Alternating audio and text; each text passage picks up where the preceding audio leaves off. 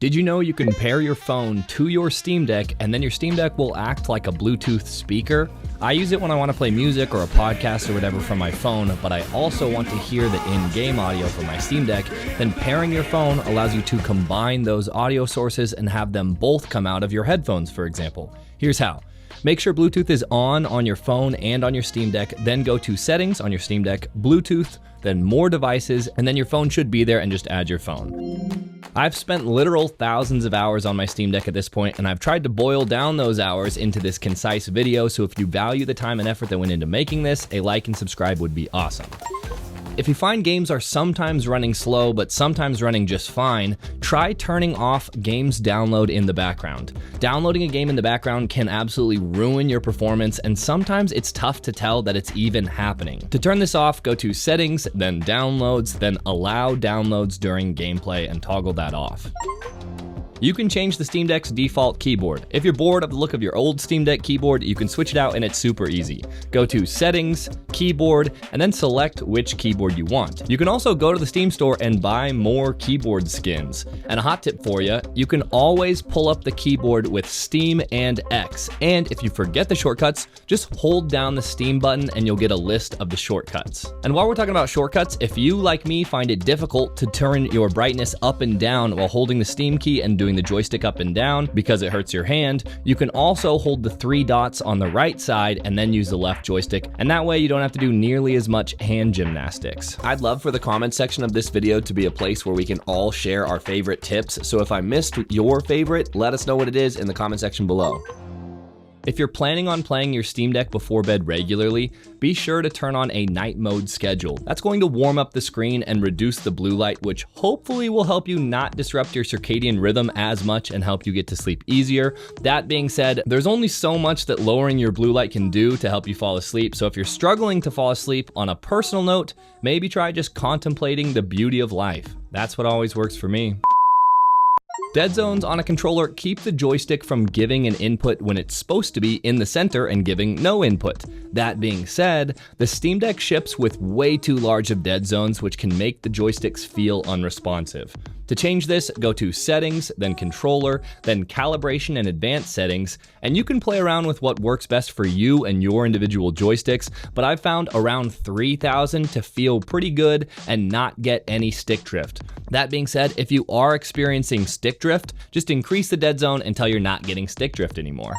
If you're having a hard time using the controls in a game, especially a PC game that's not supposed to be played on the Steam Deck, before you go through all the trouble of making your own custom controller layout, try checking out the community-made controller layout. To get there, hit the Steam button, then Controller, then Community Layouts, and usually the top ones are really good. I personally use the upvotes as a guide to how good the controller layout is going to be, and then proceed accordingly. If you want to force a game to run at a certain resolution, this is especially useful if you're plugging your Steam Deck into a TV or a monitor, then 720p or 800p, which is the Steam Deck's native resolution, is gonna look pretty bad.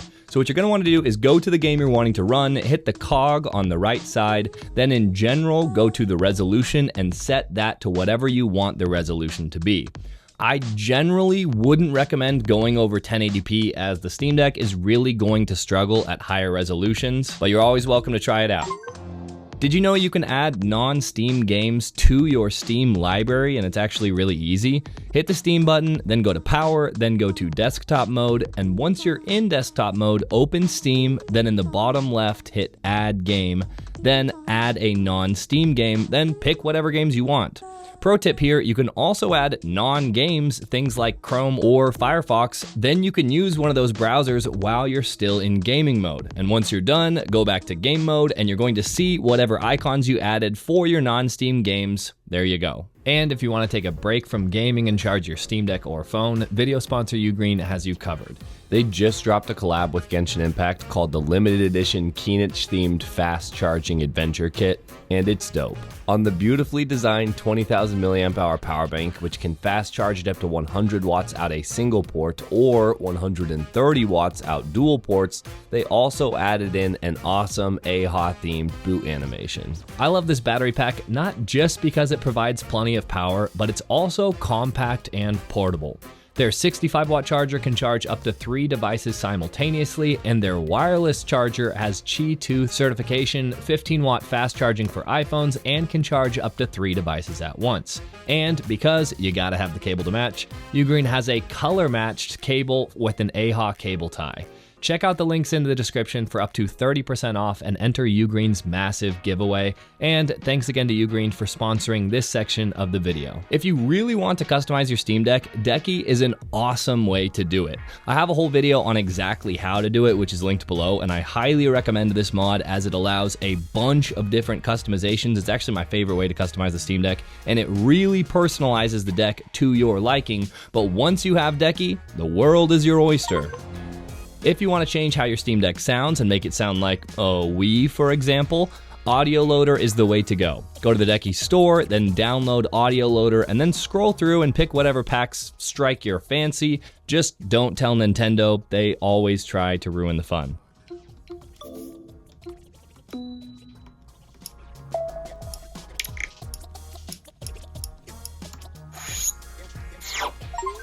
And if you want to go full circle and make your Steam Deck feel even more like a Wii, Nintendo, please don't sue me, then Animation Changer is the way to go. This is another Decky plugin that allows you to change things like the boot up animation and the suspend animation, and well, it does exactly what it says on the tin.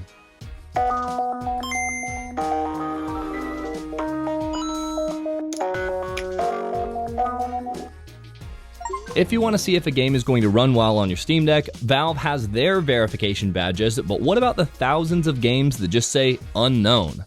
ProtonDB can help with that. It's a community-made list that has a ton of games on it and can be really helpful in knowing exactly how a game is going to run on your Steam Deck before you go and actually download it. If you're planning on traveling and playing a certain game on your Steam Deck when you're in the car or the plane, make sure that that game is updated and ready to run before you lose Wi-Fi or leave your house or whatever you're doing.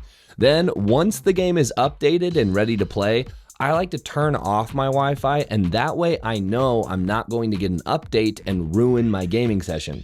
The reason I'm saying this is I just missed out on playing God of War on a 4-hour flight because it got a random update, so then I couldn't play it while I was on the plane. I'm trying to save you from the fate I had myself. And if you're trying to stretch your battery life on that trip, there are a few easy things you can do. First, if the game allows for it, turn off Wi-Fi and Bluetooth, and turn off Game Rumble and Steam Haptics. Those settings alone can save you around 3 watts. After that, if you lock the frame rate to something like 30 or 45, depending on the game, that can also dramatically increase your battery life.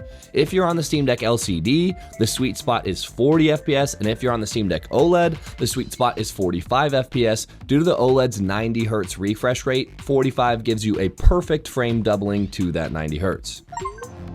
Valve added the ability to natively screen record on the Steam Deck, and to do that, you hit the 3 dots on the right, then the gear, then you can turn it off and on right here. And when you want to get your recordings off your Steam Deck, my favorite way is to download the Steam app on my phone. Then from your deck, you can hit send recording to phone and it'll appear in the Steam app on your phone. All right, I have an ask for you. If you found anything in this video useful, a like and subscribe would be awesome. Thank you for your sacrifice, soldier.